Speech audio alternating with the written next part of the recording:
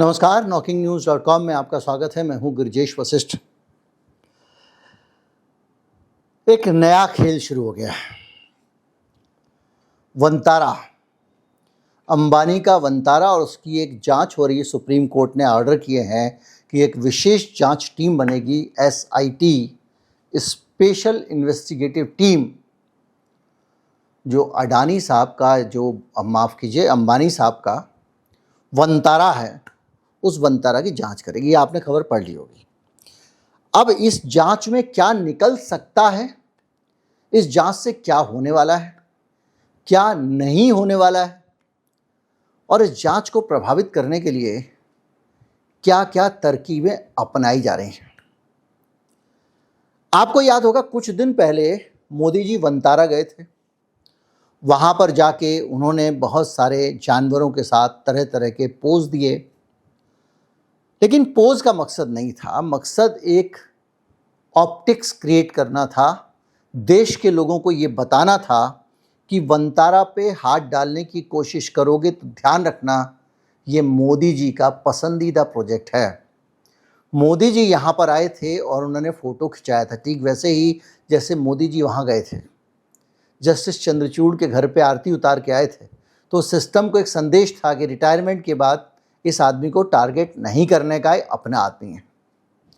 अब वो उसके पीछे कुछ भी वजह रही हो, मैं ये नहीं कह रहा हूँ वो उनके आदमी थे, लेकिन एक संदेश इसमें होता है।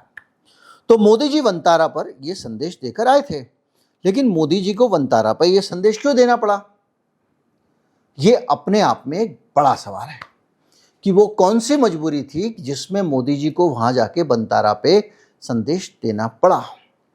कई सवाल आए कि अगर आप वहाँ पर एक ऐसा सिस्टम बना रहे हैं जहाँ जंगली जानवरों को, दूसरे लोगों को आप रेस्क्यू करोगे, रखोगे, भाई चीता आता है, इलाज होता है, जंगल में वापस छोड़ दिया जाता है।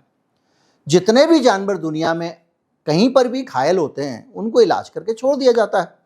यहाँ जानवरों का कलेक्शन किया जा रहा है। मेरे पास ऐसे वाले हाथी है, वैसे वाले घोड़े हैं, ऐसी खिचड़ी बनाता हूँ जो 800-900 रुपये रोज का खाना खाने वाले, एक टाइम का खाना खाने वाले राहुल कंवल को भी अच्छी लगती है। तो वो खिचड़ी उनको अच्छी लग रही है तो वो भी एक संदेश दे रहे हैं। तो ये सारी चीजें जब हो रही हैं तो इसके बीच में वंतारा में ऐसा क्या गड़बड़ था, वो कौन सी चीजें थी जिसके कारण मोदी जी को वहां जाके घटना स्थल पे संदेश देना पड़ा कि ये अपना आदमी है। छोड़ के चलिएगा, लेकिन जो एक्टिविस्ट होते हैं, जो देश हित जनहित की बात करते हैं, वो किसी से डरते नहीं हैं। लोगों ने अपनी जिंदगियां बर्बाद कर दी। किसी को बोला कि अरवन नक्सल है, ये है, वो है। परंजय गुहा ठकुरता QR कोड शेयर कर करके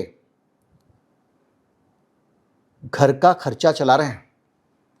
लेकिन अडानी के खिलाफ उन्होंने जो स्टोरी की थी, जिसके कारण उनको हर तरफ से बर्बाद करने की कोशिश की गई, उस स्टोरी से वो आदमी आज तक पीछे हटा नहीं है। पत्रकार हैं वो। तो जो एक्टिविस्ट होते हैं वो ऐसे ही नुकसान उठाते हैं। किसी को गोली मार दी जाती है, किसी की, लेकिन लोग अपने देश के लिए सोच रहे हैं। तो उसी लोगों में से बहुत सारे लोग इस मामले को लेकर गए हैं। अब जो लोग गए हैं उन्होंने क्या मसले उठाए, क्या आपत्तियां उठाई, इस पे हम आएंगे और आपको ये भी बताएंगे कि इन सूचनाओं का स्रोत क्या है। अंबानी जो है, मैं उस पर आऊँ उससे पहले ये बता दूं कि ये पूरा एक सिलसिला चल रहा है जिसमें कहीं ना कहीं से गृह दशा खराब है अंबानी परिवार की। हम उस पर आएंगे, पहले वंतारा समझ लें। वंतारा समझना बहुत ज़रूरी है। दरअसल वाइल्ड लाइफ प्रोटेक्शन एक्ट है 1972 का।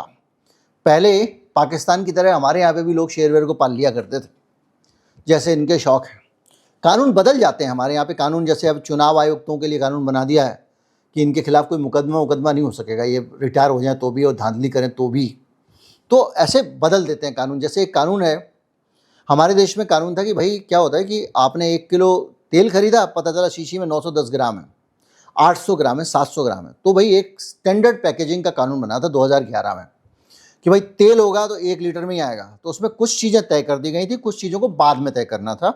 तो उसमें यह था कि तेल होगा तो 1 लीटर में होगा, चाय की पत्ती आएगी तो 100 ग्राम में, 250 ग्राम में, आधा किलो में, 50 ग्राम में और 1 किलो में, ऐसे पैकेटेड में आएगी। ऐसा नहीं है कि 375 ग्राम की चाय की पत्ती मान लीजिए माचिस है तो 50 तीली होनी चाहिए, तो ये नहीं बाद में 4-4 कम करते जा रहे हैं, और इस तरह से कम करते जाते हैं, पैकेट वही रहता है, एक बिस्कुट कम कर लेते हैं पार्ले जी के पैकेट में।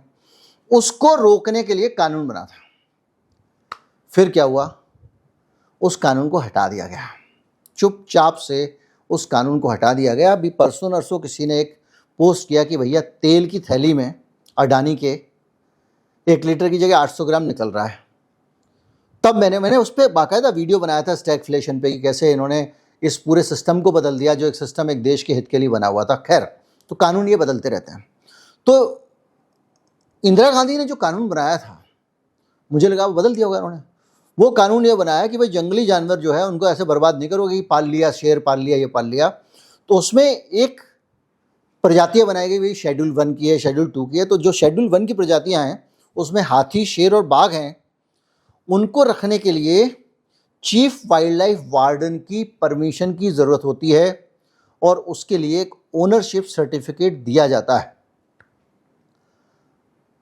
इन्होंने अरुणाचल से, असम से, महाराष्ट्र से और दुनिया भर के मंदिरों से, जो एक अभी बीच में साउथ से भी लाए थे हाथी। जो हाथी वहाँ रहते थे, सालों से रह रहे थे, उनका जीवन, भाई आप जैसे कुत्तों को बाहर भेजने वाली बात है, वैसे ही वो उस मंदिर में रह रहा है, उन लोगों के साथ रह रहा है। वो भले ही जंगली जानवर है, कुछ भी है, पेटा कुछ भी है, लेकिन उसको ठीक है भाई, आप कह दोगे नहीं, उसे काम नहीं कराओगे, ये नहीं करोगे, लेकिन उनकी जीवन में जिसने बचपन से ही वो देखा, जिस मौत के साथ रह रहा है, छीन लाए और लाके अडानी के जंगल में छोड़ दिया। और इन सभी को छोड़ तो दिया, अरुणाचल से, असम से, महाराष्ट्र से, सर्टिफिकेट नहीं लिया, डॉक्यूमेंट भी नहीं लिया, परमिशन भी नहीं लिया, उठा लाए, छोड़ दिया। इसी तरह से बहुत सारे विदेशी जानवरों का भी इन्होंने इंपोर्ट किया। CITES का कानून कहता है, जो है conservation of international trade off endangered species, यानी जो खतरे में हैं, विलुप्त प्राय प्रजातियां हैं, उनका बाहर से यहाँ से वहाँ ले जाने में, उसमें कोई किसी तरह की व्यापार ना हो, इसके लिए कानून बनाया गया था। और उस कानून के तहत भारत उसका सदस्य है। आयात निर्यात के लिए बाकायदा परमिट लेना पड़ता है और कस्टम क्लियरेंस की ज़रूरत होती है। कई विदेशी जानवर बगैर साइट्स के दस्तावेज और कस्टम क्लियरेंस के भारत में आ गए और वो वनतारा पहुँचे। एक ये भी आरोप है जिसकी जांच होनी है, और ये जांच हल्के में लेने की ज़रूरत नहीं है, मैं भी बताऊंगा, इसके दूसरे पहलू भी हो सकते हैं। प्राइवेट जू बनाने के लिए भारत में कोई कानून नहीं है। सेंट्रल जू अथॉरिटी जू डेवलप करने के लिए अलग अलग संस्थाओं को परमिशन देती है, और वनतारा को जू बनाने की परमिशन नहीं मिली हुई है। वनतारा क्या है? Rescue centre. रेस्क्यू सेंटर क्या होता है? कहीं पे कोई घायल परेशानी में है, दिक्कत में है, किसी भी तरह से कोई, तो उसको आप उठा लाओ। शेरनी है, मर गई है, बच्चे हैं, कोई दूसरा खा जाएगा, उठा लाओ। उठा के लाके ठीक करके, सही करके उसको वापस छोड़ना है। ये नहीं कि आपने उसको अपने चिड़ियाघर में भर्ती कर लिया। और इन्होंने क्या किया कि जानवर खरीद कर लाए और उसके लिए बाकायदा सेंट्रल जू अथॉरिटी से परमिशन नहीं ली। इसका मतलब ये है कि इन्होंने गैर कानूनी तरीके से जू बना के रखा हुआ है। अमीर आदमी, बड़े बड़े लोग इनके यहाँ खाना बांटते हैं शादियों में, तो इनको लगता है भाई शाहरुख खान, सलमान खान वहाँ डांस कर रहे हैं, तो हम जो चाहेंगे करेंगे। लेकिन कानून में परमिशन नहीं, और इस देश में जो संविधान और कानून और लोकतंत्र के रखवाले हैं, उनके पास कुछ भी नहीं है, फिर भी लड़ते हैं, और उन्होंने लड़ा। इसके अलावा 1986 का EPA एक्ट है एक। इंडस्ट्रियल जोन में किसी भी तरह का ऐसी परियोजना नहीं लाई जा सकती, क्योंकि इसका एनवायरमेंटल इम्पैक्ट असेसमेंट होना जरूरी है, और इसके लिए पर्यावरण मंत्रालय से परमिशन की ज़रूरत है। अब आप सोचिए, जामनगर रिफाइनरी के इलाके में बगैर परमिशन के आपने ये बना दिया।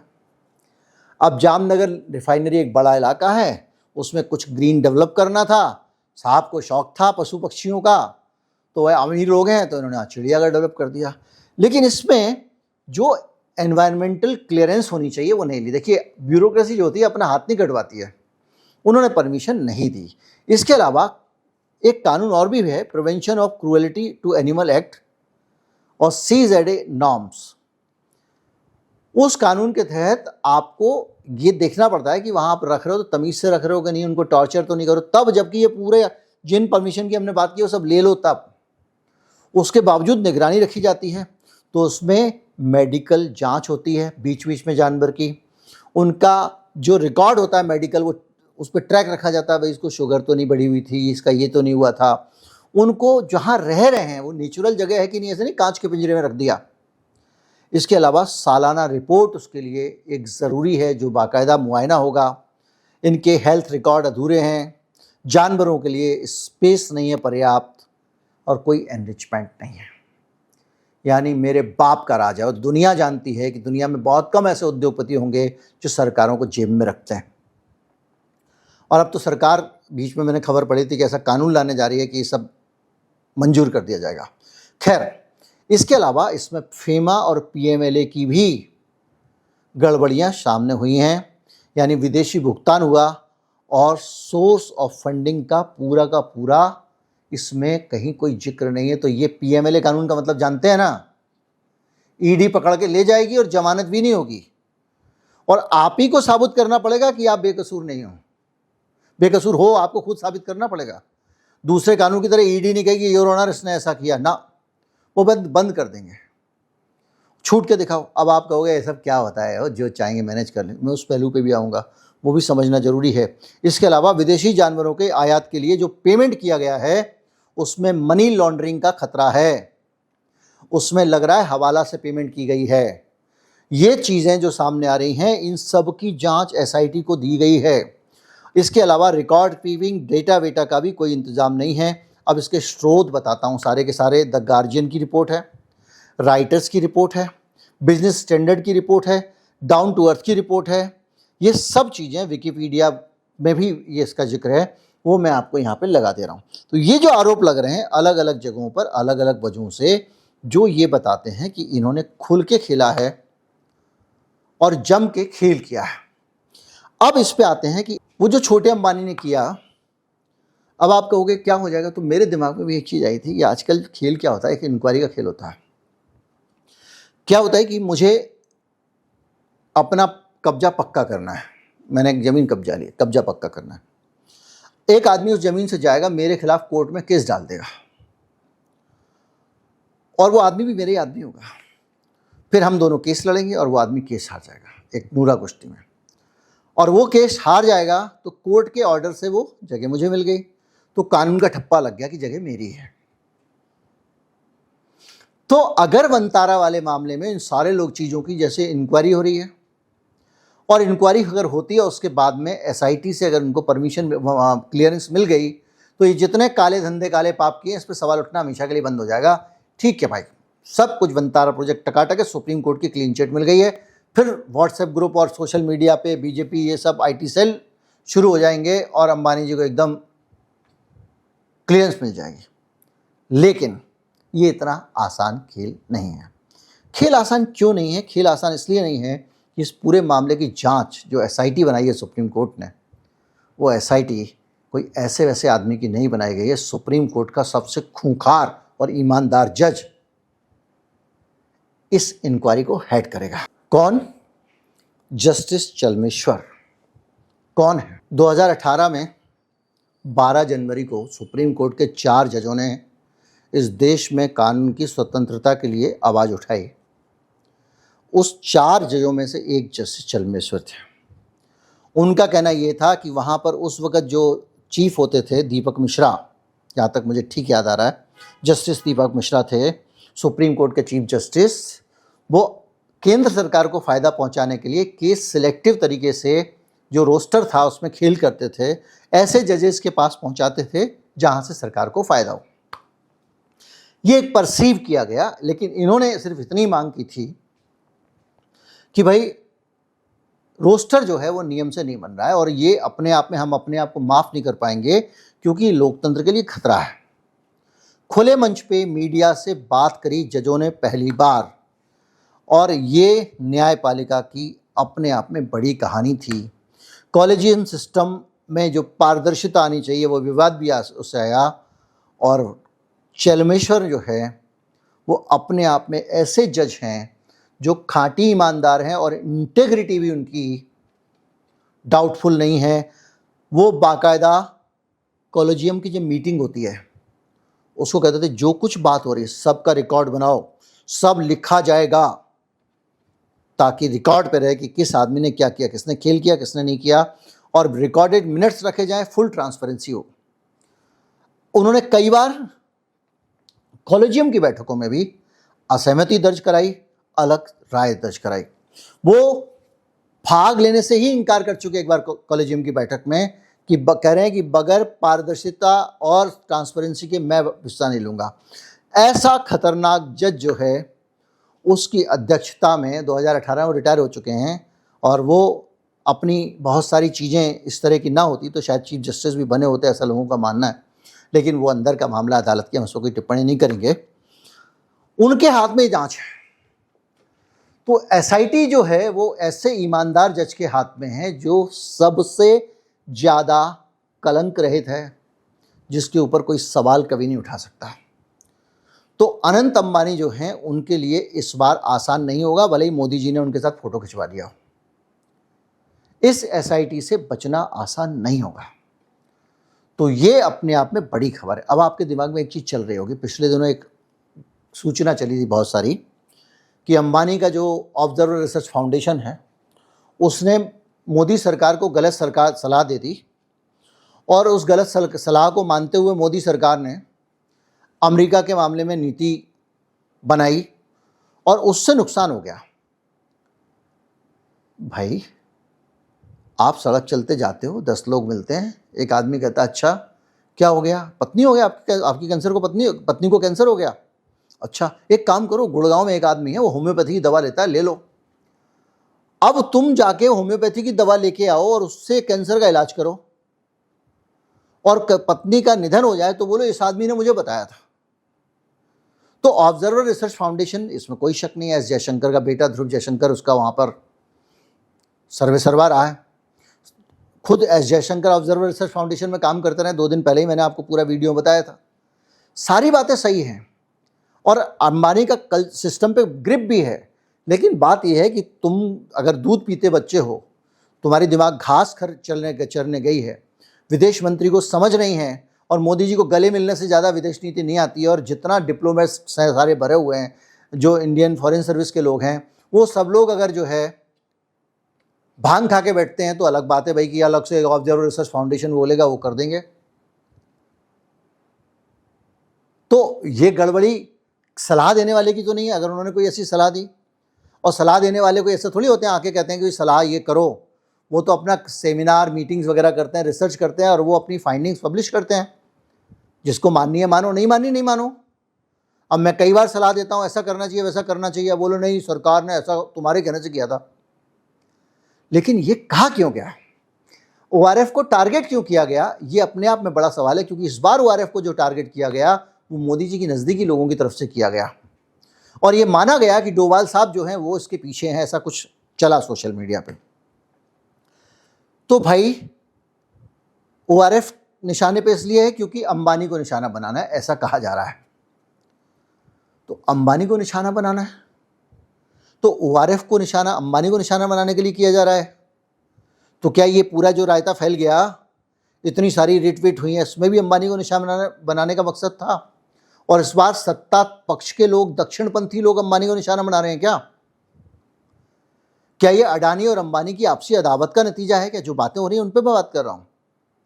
एक और हो गया कांड अभी कुछ दिन पहले, आपको पता ही है, एक तो वो अनिल अंबानी जो है उसे वारंट पे वारंट निकले जा रहे हैं घोटाले के, एक से बसता दूसरा, वो भयंकर ईडी वीडी हो गया उनका सारा। वो भी अंबानी फैमिली के हैं, भाई हैं, और उनको मुकेश अंबानी पैसे वैसे से मदद भी करते रहे बीच बीच में जब मौके आए। तो एक और ड्रीम 11 करके कंपनी है, वो भी बड़ी इंटरेस्टिंग चीज़ है।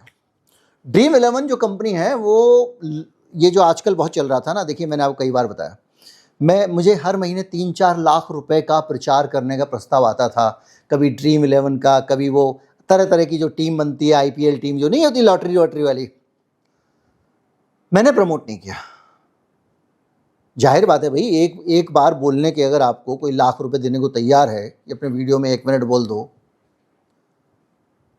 और वो महीने में 10 बार बुलवा रहा है, तो भाई तो 10 लाख रुपए महीने की कमाई हो गई आपकी। लेकिन नैतिक रूप से गवारा नहीं किया, क्योंकि आप लोग जो है मैं बोलूँगा तो कई आप लोग मुझे भरोसा करते हैं, खेल जाएंगे लॉटरी, नुकसान होगा। यहाँ लॉटरी तो छोड़ दीजिए, सेबी से अप्रूव्ड ऑप्शन ट्रेडिंग से जुड़ी हुई कई एप्लीकेशंस मेरे पास में आते हैं कि भाई ये हमारी ऑप्शन ट्रेडिंग वाली एप्लीकेशन का प्रचार कर दो, आपने अपने यहाँ पे प्रचार कर दो, जो आपकी फीस होगी आपको दे देंगे।